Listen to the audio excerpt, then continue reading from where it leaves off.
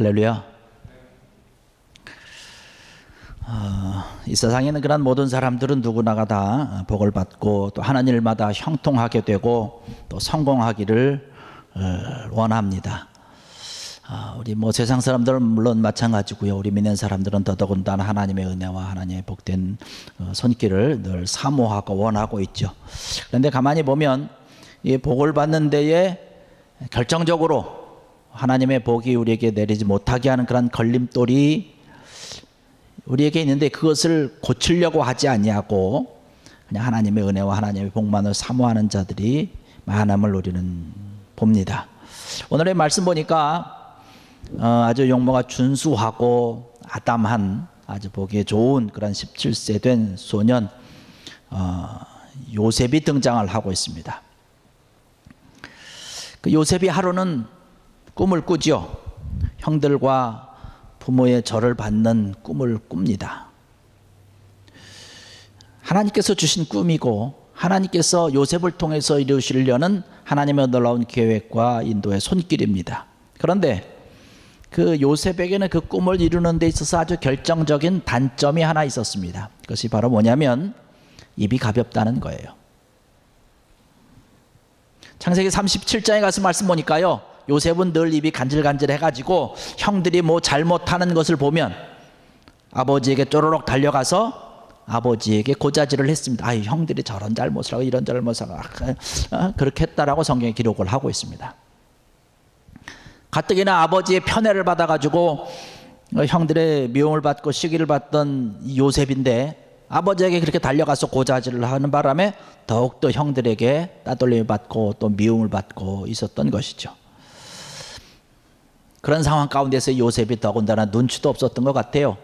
자기가 꾼 꿈, 형들의 곡식단이 자기단에게 절하는 꿈을 아주 자랑스럽게 형들에게 이야기합니다. 형님, 제가 이런 꿈을 꿨는데요, 형님들의 단이, 곡식단이 다 제 곡식단에게 절을 하더라고요.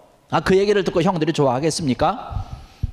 도발대발하면서 요셉을 아주 더 미워하게 되고 아주 형들의 꾸지람 가운데 있었던 것이죠.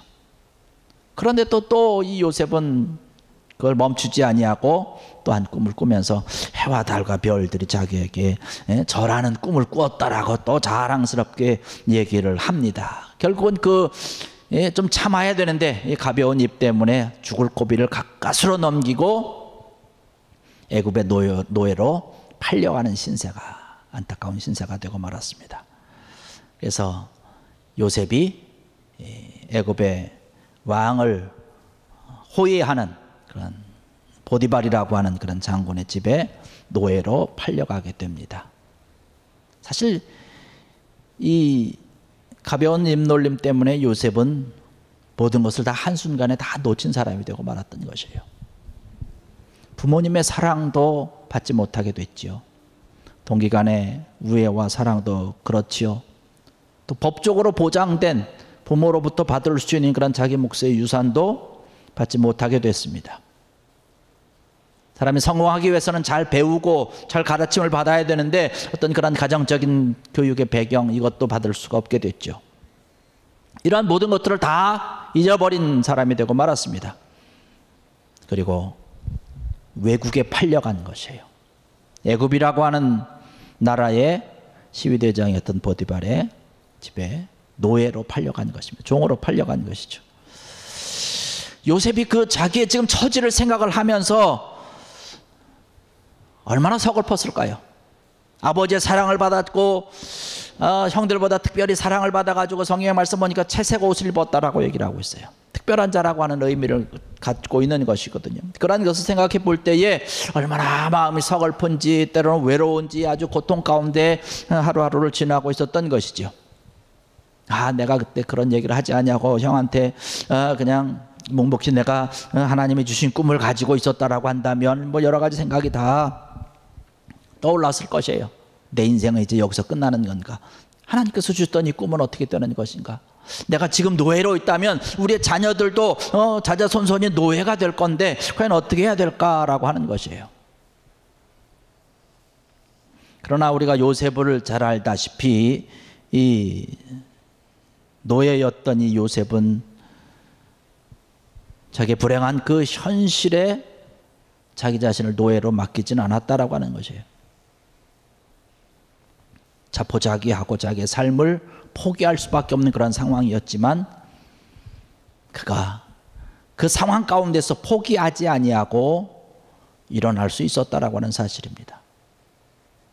우리가 잘 알다시피 그 비결이 바로 뭔가요? 바로 하나님을 믿는 그 믿음이라고 하는 것입니다. 자기의 이제까지의 모든 것은 다 잊어버렸어요.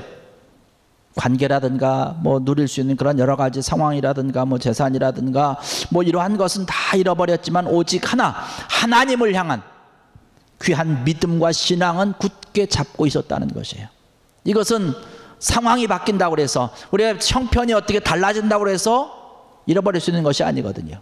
하나님을 향한 믿음과 하나님을 향한 그런 신앙과 이러한 것들은 내 상황이 어떠하든지 내 형편이 어떠하든지 하나님을 향해서 내가 굳건히 붙잡고 그것을 갖고 달려나가면 되는 것입니다. 오늘 이 자리에 참석하신 사랑하는 성도 여러분들, 모든 사람들이 자기의 상황과 우리의 형편을 바라보면서 자포자기하고 있는 그런 형편이라 할지라도 사랑하는 여러분들은 하나님을 굳게 믿는 그런 굳센 믿음으로 또 나에게 있는 그런 여러 가지 불행이라 할지라도 그것을 오히려 도약할 수 있는 그런 도약대로 삼는 귀한 여러분 되기를 주의 이름으로 간절히 축원합니다. 하나님을 향한 그런 믿음을 가지고 있으면, 주님을 향한 그런 신앙을 가지고 있으면 더 달려나갈 수 있다는 거예요. 하나님께서 주신 그런 마음이 있고 하나님이 주신 우리가 머리가 있고 가슴이 있고 손발이 있기 때문에 이러한 것을 우리 묶어놓을 수는 없다는 것이에요. 하나님을 더 의지하고 하나님을 더 나가면서 우리에게 풍성히 복 주시는 하나님을 우리가 의지하면서 더욱더 열심히 믿고 우리가 최선을 다해야 된다라고 하는 것이죠. 노예의 신분으로 팔려갔던 이 요셉은 자기 자신이 지금 노예입니다, 종입니다. 그럼에도 불구하고 그는 하나님의 자녀라고 하는 그런 신분을 잃어버리지 아니하고 믿는 사람답게 아주 성실하게 일한 것을 바라볼 수 있습니다. 많은 사람들은 자기의 당한 그런 어려움과 힘든 그런 형편을 바라보면서 자기의 그 모든 것을 바라보면서 자기의 형편에서 자기의 그 모든 현실 앞에서 그 불행함 가운데서 도피하려고 합니다. 어떻게든 숨어보려고 합니다. 때로는 자포자기합니다. 그러나 이 요셉은 그러지 않았다는 거예요. 한순간에 지금 요셉의 상황이 바뀐 거거든요. 아버지의 사랑받는 그런 자녀였고 정말로 그러한 가운데서 한순간에 노예로 전락이 된 것이에요.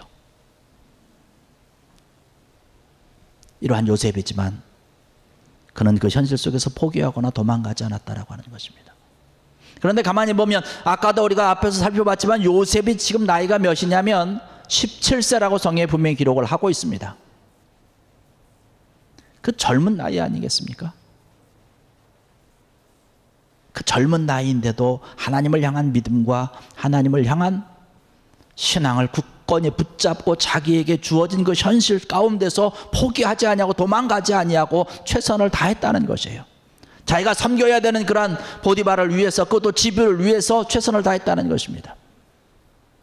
골로새서 3장 22절의 말씀을 보면 그렇게 얘기를 합니다. 종들아 모든 일에 육신의 상전들에게 순종하되 사람을 기쁘게 하는 자와 같이 눈가림만 하지 말고 오직 주를 두려워하여 성실한 마음으로 하라.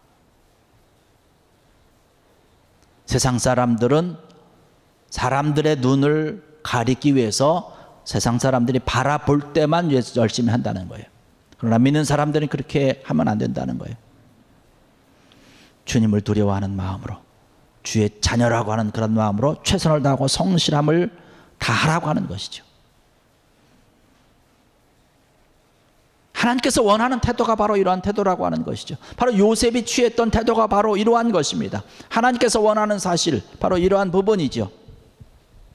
그래서 성경의 말씀 보니까 하나님께서 노예 생활을 하고 노릇을 하는 그런 요셉에게 함께해 주셨고 하는 일마다 형통했다라고 얘기를 하고 있습니다. 할렐루야.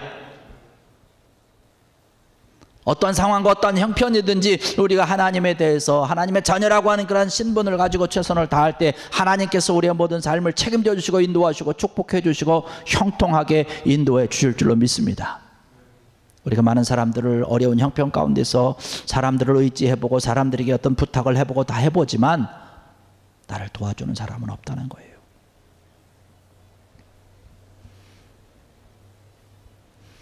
애굽 사람이었던 이 보디발의 집, 여러분 애굽이라고 하는 의미는 뭐냐면 온갖 우상 숭배하는 곳이라고 하는 것이에요. 하나님을 알지 못하는 자들이라고 하는 것이에요. 또 보디발의 장군입니다. 지위가 높은 자입니다. 하나님 아닌 다른 신을 섬기는 것에도 굉장히 뛰어난 자라고 하는 것이죠.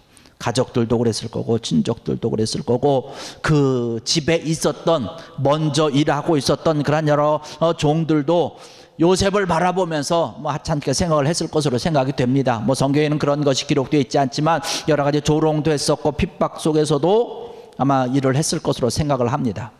그런데 요셉이 하는 것마다 잘 됐다고 성경이 기록하고 있어요. 형통했다라고 얘기를 하고 있습니다. 하나님께 신령과 진정으로 경배하고 예배하면서 기도하면서 일하는 요셉에게 하나님은 더욱더 함께 하셨다라고 하는 것이에요. 하나님이 함께 해주셨기 때문에 그런 것이죠.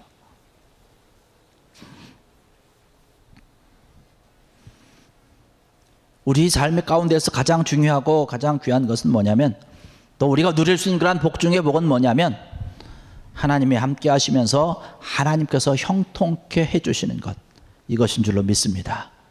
이것이 우리의 삶 가운데서 가장 우리를 기쁘게 하는 것이고 가장 확실한 것이죠. 요셉이 했던 모습이 바로 그러한 것입니다. 언제 어디서나 어떤 상황에서든지 한결같이 하나님을 신뢰하고 하나님을 믿으면서 신령과 진정으로 예배하고 기도하고 말씀대로 살아가고 하나님의 말씀에 담대하게 순종하는 그러한 모습, 하나님께서 우리를 바라보시면서 요구하는 모습인 줄로 믿습니다. 이러한 모습을 보였던 요셉, 하나님께서 요셉을 칭찬하시고 축복하신 거죠. 그래서 하는 일마다 잘 된 것이에요. 하는 것마다 다 형통케 된 것을 바라볼 수 있습니다. 그래서 오늘 말씀에도 보았지만 믿지 아니하는 사람들이 요셉을 바라보면서 처음에는 조롱하고 핍박하고 대수롭지 않게 여기고 따돌렸을 것으로 생각이 되지만 오늘 말씀 보니까 요셉을 인정했습니다. 할렐루야. 하나님의 사람을 인정했다는 것이에요. 특별히 이 보디발 장군의 요셉을 총애했던 그러한 모습, 정말로 놀라운 것 아니겠습니까? 그런데 성경의 말씀 보니까요, 사실은 이 보디발의 장군이 요셉의 모습을 보고 놀란 것도 있지만 더 놀라운 것은 뭐냐면 요셉에게 함께 하시면서 범사에 형통하게 하시는 하나님을 보고 놀랬다는 것이에요. 3절의 말씀 보니까 그의 주인이 여호와께서 그와 함께 하심을 보며 또 여호와께서 그의 범사에 형통하게 하심을 보았더라 라고 얘기를 하고 있습니다. 여호와께서 그와 함께 하심을 보았다. 여호와께서 그의 범사에 형통하게 하심을 보았다라고 하는 것이에요. 그 하나님을 요셉과 함께하고 요셉에게 형통하는 일을 하시는 그런 하나님을 보고 더 놀랐다라고 하는 것이죠. 결국은 우상의 소굴 가운데서 요셉이 이겼다라고 하는 것이죠. 좀 더 엄밀하게 정확하게 이야기를 한다면 아마 애굽의 수많은 그런 우상들과는 비교할 수 없는 그런 하나님의 놀라운 능력이 그 가운데서 드러났다라고 하는 사실입니다. 그래서 이 보디발 장군은 어떻게 한 것입니까? 하나님의 함께 하심으로 하는 일마다 성공하는 그런 요셉을 가정의 총무로 세웠어요.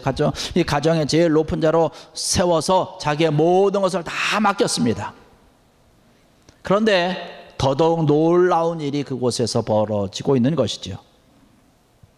하나님이 요셉을 위해서 보디발 장군에게 그 보디발 장군의 집에 복을 주시는데 얼마나 풍성하게 해주시는지 모르겠어요. 그의 집과 밭에 있는 모든 소유에 하나님의 놀라운 복이 넘친 줄로 믿습니다. 5절의 말씀 보니까 그렇게 얘기를 하고 있는 것 아니겠습니까? 그가 요셉에게 자기의 집과 그의 모든 소유물을 주관하게 한 때부터 여호와께서 요셉을 위하여 그 애굽 사람의 집에 복을 내리심으로 여호와의 복이 그의 집과 밭에 있는 모든 소유에 미친지라.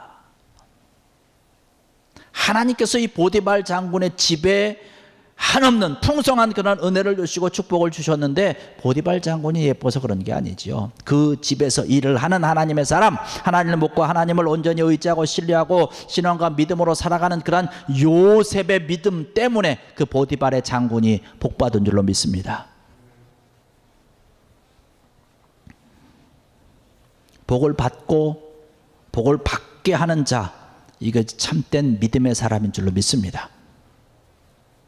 이러한 믿음으로 우리가 하나님의 복을 받아야 되는 것이고, 또한 우리의 믿음을 통해서 다른 사람들에게도 복을 주고 받은 사람들이 복을 받을 수 있도록 하는 것이 우리 믿음의 사람들의 아름다운 모습이라고 하는 것이죠.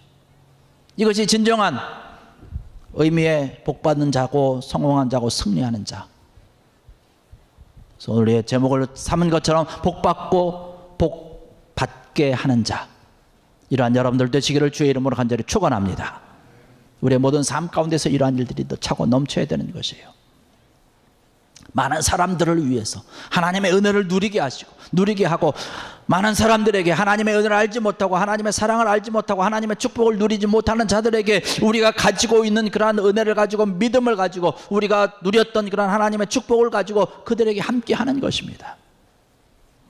1864년 덴마크가 독일과 영토 전쟁을 해서 패하게 됩니다.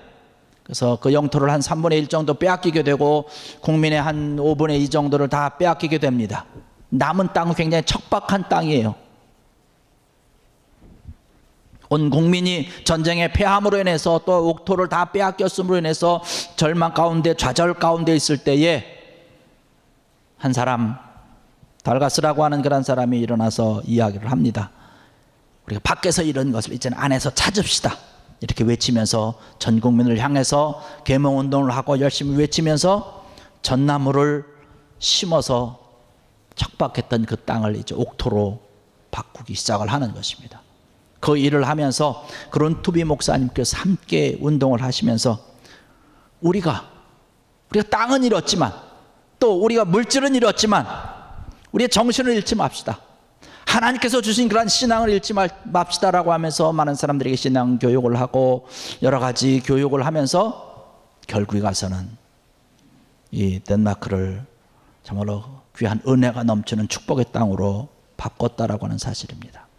하나님께서 주신 그러한 믿음을 가지고 많은 사람들을 계몽하고 많은 사람들에게 그 믿음을 심어주고 지혜를 나눠주고 축복을 나눠줌으로 인해서 그 모든 국민들 또 모든 후손들에게 엄청난 복을 누리게 해준 것을 바라볼 수 있습니다.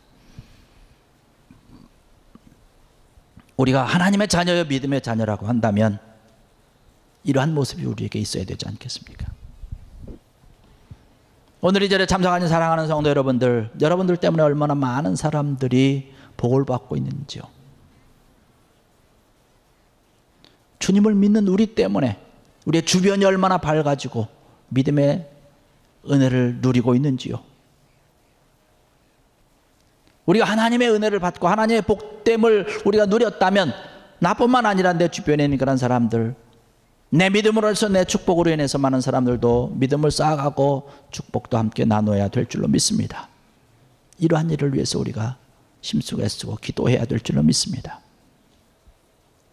우리가 요셉을 오늘 바라보면서 그 요셉이 어느 상황에 있든지 하나님을 굳게 믿고 기도하면서 말씀대로 행할 때에 하나님이 함께하여 주셔서 하나님께서 그의 모든 하는 일마다 형통하게 하셨다라고 말씀을 하셨는데,